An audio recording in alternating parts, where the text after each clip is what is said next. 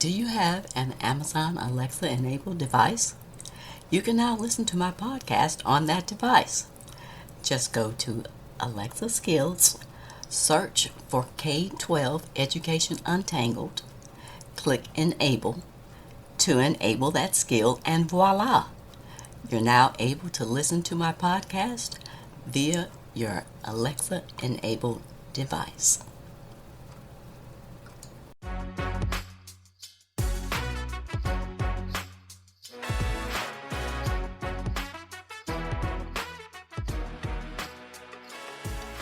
Welcome to another episode of K-12 Education Untangled. My name is Dr. Kim Fields, former corporate manager turned educational researcher and advocate, and I'm the host of this podcast. I got into this space after dealing with some frustrating interactions with school educators and administrators, as well as experiencing the micro-discriminations that I faced as an African-American mom raising my two kids who were in the public school system. I really wanted to understand how teachers were trained and what the research provided about the challenges of the public education system. Once I gained the information and the insights that I needed, I was then equipped to be able to successfully support my children in their educational progress. If you're looking to find out more about current information and issues in education that could affect you or your children, then you're in the right place. Thanks for tuning in today. I know that staying informed about K-12 education trends and topics is important to you, so keep listening. On today's episode, I'll be discussing homeschooling, the future of homeschooling, and the different formats of homeschooling. Very few children in the world are not homeschooled in one way or another. From birth until children enter kindergarten, parents are their first teachers. Even children who attend public school will have spent some time in the early years at home before reaching school age, and during the school years, they will spend roughly 75% of their waking hours outside of school and largely under parental supervision. Homeschooling has advantages and disadvantages, and it's becoming more diverse. Let's get started. Let's define a working definition of homeschooling. It's the education given to children by parents, tutors, private teachers, or other individuals outside of school, where at least one of the parents takes responsibility for the education of the child. There are approximately 2.5 million children in the United States who are homeschooled, roughly 3.3% of the country's school-aged children. Homeschooling is a small but integral part of the educational system in the United States. Because there's so many differences and restrictions on homeschooling families, this creates much of the debate around homeschooling. For example, Alaska, Idaho, and Michigan have the fewest restrictions on homeschooling families, whereas Washington, New York, and Pennsylvania have the most regulations for families that homeschool their children. It can be difficult to pin down the academic achievement data on homeschoolers. However, for those that go to college and pursue post-secondary education, the research indicates that there's no meaningful difference between homeschoolers and their more traditionally educated peers in academic achievement or the emotional and social transition into college. About 60% of homeschoolers are white, 39% live in suburbs, 29% in cities, 22% in rural areas, and 10% in towns. 8 in 10 homeschoolers live in households with incomes above the poverty level. What unites homeschooling families is their motivation to homeschool. One of the reasons that families are motivated to homeschool, beside the reasons that I'll mention later, is to avoid vaccinating their children. Alternative education formats existed even before the COVID pandemic, which changed how school was conducted. These alternative educational formats included hybrid schools, which are schools where children attend formal class in the typical brick and mortar school for part-time or for part of the week, and then learn from home for the rest of the week. Pods, or homeschool co-ops, which are small collections of families choosing to work together to create a school for their children. Micro schools, where schools are limited to 15 students or fewer, as well as good old-fashioned homeschooling. These all existed at least as early as the 1990s. According to surveys conducted in 2022, there's a growing interest in learning arrangements that allow children to do more of their learning at home. This was especially true as an outcome of schooling during the pandemic. About half the parents in the survey indicated an interest in their children learning from home between 1 and 4 days per week. Black and Hispanic parents viewed these alternative arrangements more favorably than white parents. Parents indicated that they would be willing to pay about $400 to $500 per month for learning pods. Although parents showed interest in the alternative education format, cost remains an issue as well as regulatory hurdles. External sources of funding are crucial to ensure that all families who want to homeschool their children will have access to the resources they need. These resources include technology, curriculum, supplies, and enriching experiences. 4 lessons emerged from these surveys. Demand for new, flexible options in the education system. The presence of large equity opportunities, especially given the demographic differences in demand for new educational models. Cost is a factor, and the existence of severe supply constraints, including homeschooling regulations, seat time requirements, and zoning restrictions.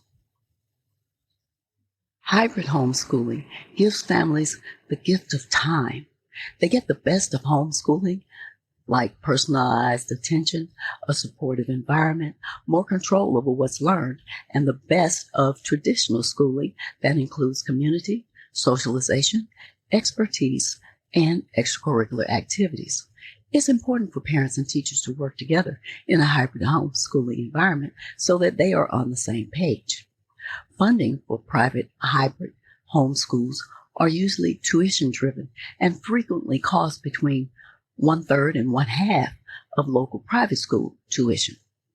Public charter and traditional public school districts participate in hybrid homeschooling models and are usually reimbursed based on state law, with some states like Colorado providing 50% funding for students who are enrolled part-time, and other states reimbursing on a course-by-course or instructional hour by instructional hour basis.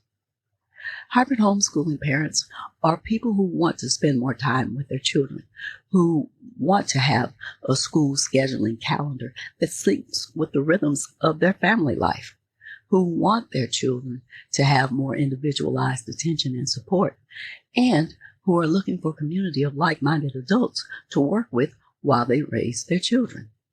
They can be found all across the country, in urban and rural communities, on the East Coast and the West Coast, and everywhere in between. They are religious as well as secular. They are rich and they are poor. It's a big mix of people. Organizations like University Model Schools International supports a network of hybrid home schools. Social media can also be helpful, especially Facebook groups for homeschooling families. A 2021 public opinion poll conducted at EdChoice indicated that more than 40% of parents said that they would prefer some kind of school schedule that had a mix of at-home and in-school instruction. Hybrid homeschooling is certainly one of the formats to consider for the future of education because of how they use time, how they get parents and teachers to work together, and how they feel community would help benefit the family. And this could all shape how schools look going forward. Homeschooling requirements often vary state to state. Some states require homeschoolers to submit information about their curriculum or lesson plan, whereas other states require only certain subjects be taught. Curricula can be obtained from a wide variety of secular and religious sources, and many families choose to use a variety of resources to cover the required subjects. Some states even offer public school at home programs.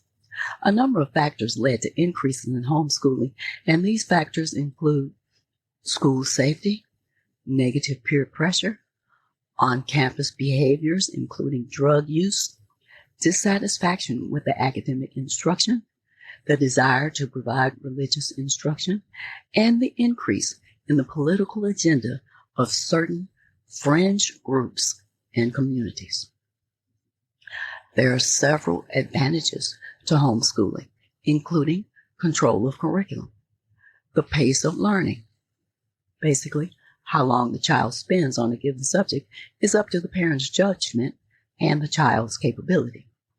Freedom from external problems and situations like bullying and peer pressure. Control over diet or what the child eats every day. And flexibility of curricular schedule. But there are disadvantages as well. These include the amount of time that homeschooling can absorb from a parent's time. Financial restrictions, especially in the reduction in family income. Too much togetherness. Limited involvement in team sports and other extracurricular activities, and lack of social interaction. Homeschooling is not a static entity. The diverse families who choose to homeschool are taking several innovative approaches to redesigning education, forming partnerships with districts, organizing themselves into collaboratives, and finding ways to promote equity. The nature of homeschooling is changing, and the number of families opting out of traditional public schools is becoming more diverse, and it's growing. Black families are increasingly rejecting traditional district schools in favor of homeschooling. Many of the Black families that choose to homeschool cite racism and a lack of opportunity for Black students in the traditional classroom. Additionally, these families note that the marginalization of African American family engagement is another key factor driving Black families out of public schools. In 2019, there were 132,000 Black homeschooling families in the United States, which equates to 8% of the total population of homeschoolers. Homeschooling is even more prevalent among Hispanic families, with over 400,000 families who choose to homeschool in the United States identified as Hispanic, representing 26% of the total population of homeschoolers. Worth noting is that homeschooling communities also include Muslims and Jewish families, military families, families of gifted students, and those with special needs. Technology and evolving state policies have changed the nature of how parents choose schooling for their children. They can now choose to customize their involvement with other parents and public schools.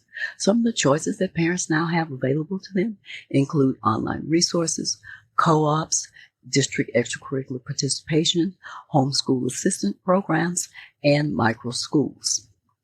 Every state has an organization that manages information and resources online for homeschool families. These organizations help to connect families to curriculum, to field trip opportunities, and to one another.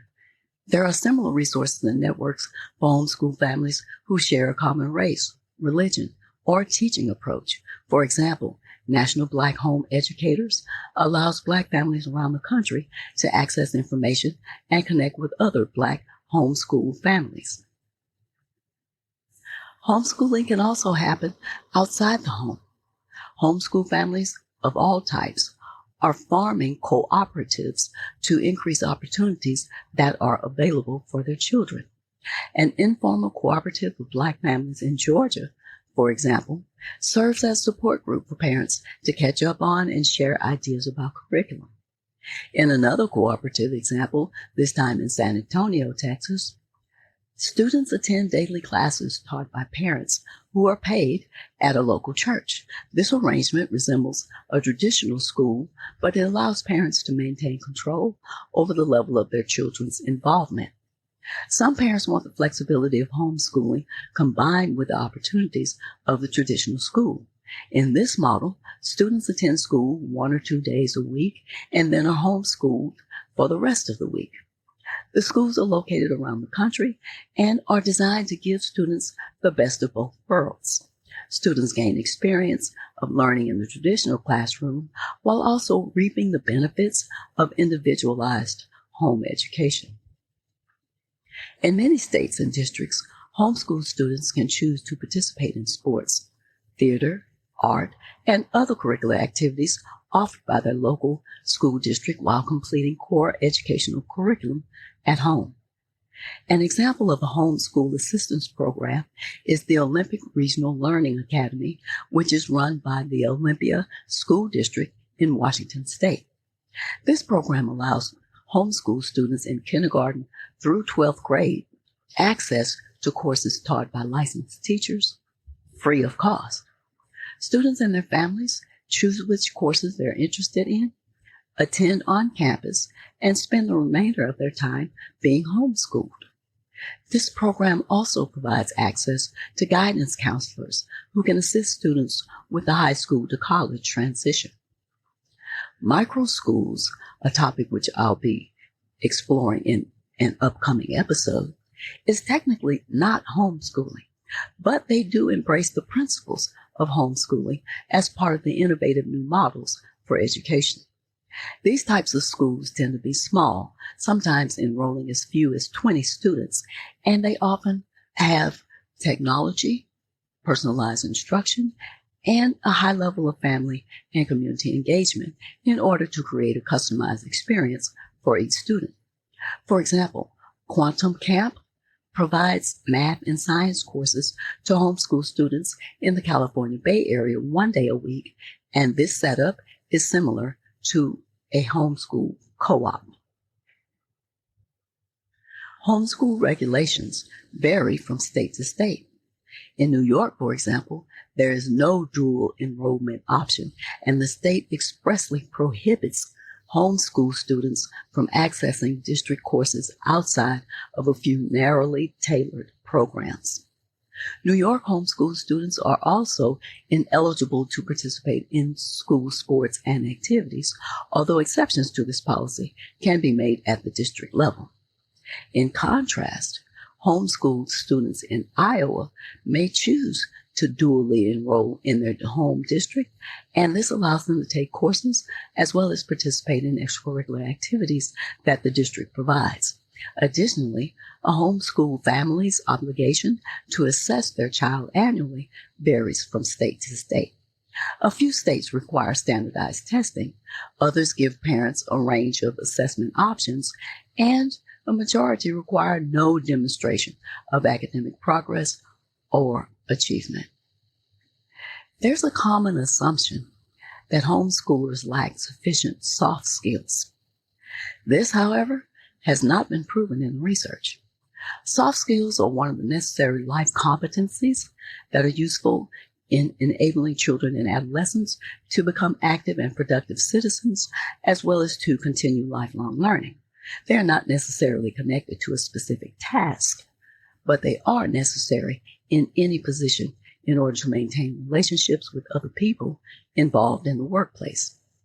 The specific soft skills that are often asked of homeschoolers applies to their social skills development. Recent research that was conducted with adults who were homeschooled as children found that homeschooling did not hinder their ability to navigate social situations. Children who are homeschooled just have to work a little bit harder to find opportunities for them to socialize with people outside the family.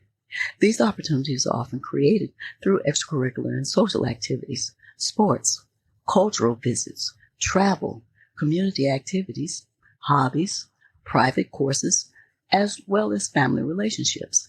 The acquisition of social skills in homeschooling is primarily dependent on the child's parents' approach toward homeschooling and their main objectives for adopting this method of educating their child.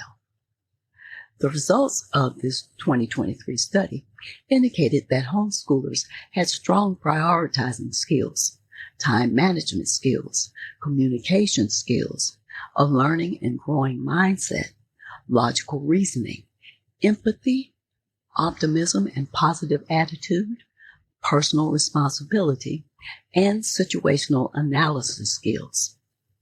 Homeschoolers tend to develop soft skills mainly through various life experiences. In other words, their social skills seem to be honed through interactions with people of different ages, provided that the family allows opportunities to interact with other homeschool children and other peers of the same age, usually provided from traditional schools. In addition to teaching their children at home, a homeschool parent sometimes brings in experts or tutors to provide additional material for certain lessons. This lends itself to an open and flexible curriculum system that's adapted to agreements between children, parents, and the tutors. Homeschooling aims to develop creativity, thinking skills, and personality of students according to their unique strengths. Another example of a Black homeschool co-op would be Engaged Detroit, established on August 25th, 2020 in Detroit, Michigan. This homeschool co-op was launched to help Black families who are interested in homeschooling take control of their children's learning. The co-op supports a culturally relevant educational approach that helps families educate the children based on their goals and values, including project-based, hands-on, and real-world learning supplemented by extracurricular and enrichment activities. Engaged Detroit serves 36 children between the ages of 2 and 17, and families participate in weekly group meetings as well as individualized coaching sessions. An additional 300 families have been provided with homeschooling resources and supplies since the inception of the group. Currently, families don't pay to be involved in Engage Detroit. Leadership of the co-op helped to secure a grant from the National Parents Union, which allowed them to hire coaches, provide computers and other supplies, and offer families opportunities for enrichment. Engaged Detroit has been the subject of several national news stories covering the rise of Black homeschooling in the United States for its entrepreneurial origins, mutual support model, and commitment to helping families.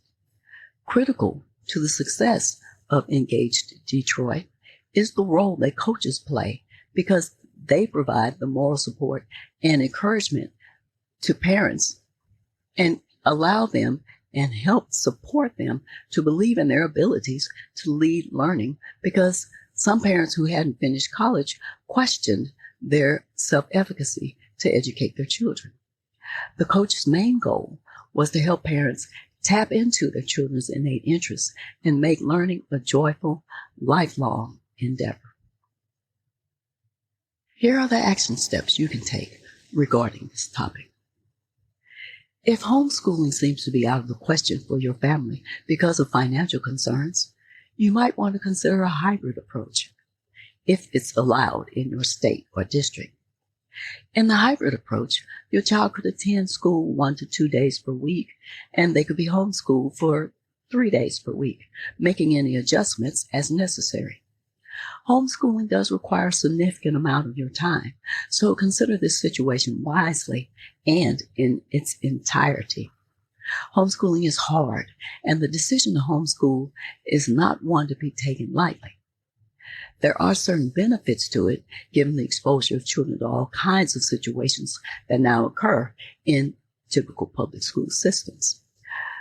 There are homeschooling networks that can answer any specific questions that you may have, and it may be worth it to investigate these options in your local community.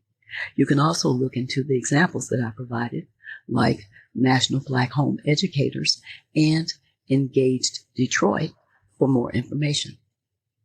Also, high-quality curriculum resources are available online for free. These include Core Knowledge Foundation, and Khan Academy. Additionally, Brain Pop, Common Lit, Learn Zillion, and others provide engaging lessons, videos, and quizzes for free.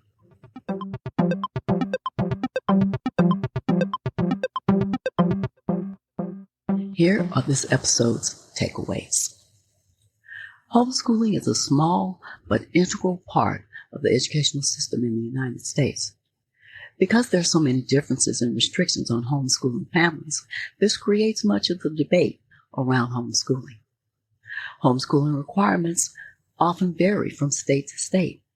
Some states require homeschoolers to submit information about their curricular and lesson plans, whereas other states require only certain subjects be taught. The nature of homeschooling is changing, and the number of families opting out of traditional public schools is becoming more diverse and is growing. Black families are increasingly rejecting traditional district schools in favor of homeschooling. Also, Hispanic families are increasingly turning to homeschooling. Hybrid homeschooling is certainly one of the formats to consider for the future of education because of how they use time, how they get parents and teachers to work together, and how they feel part of community. And this could shape all schools going forward.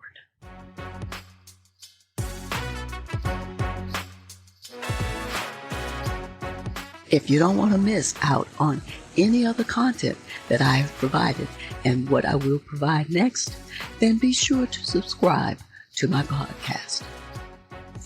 And do me a favor, remember to share this episode with anyone that you think would find it valuable.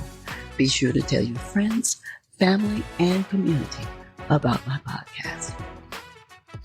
Thanks for listening today. I hope you'll come back for more K-12 educational discussions with even more exciting topics to untangle. And be sure to stay tuned. On the next episode, I'll be discussing micro schools.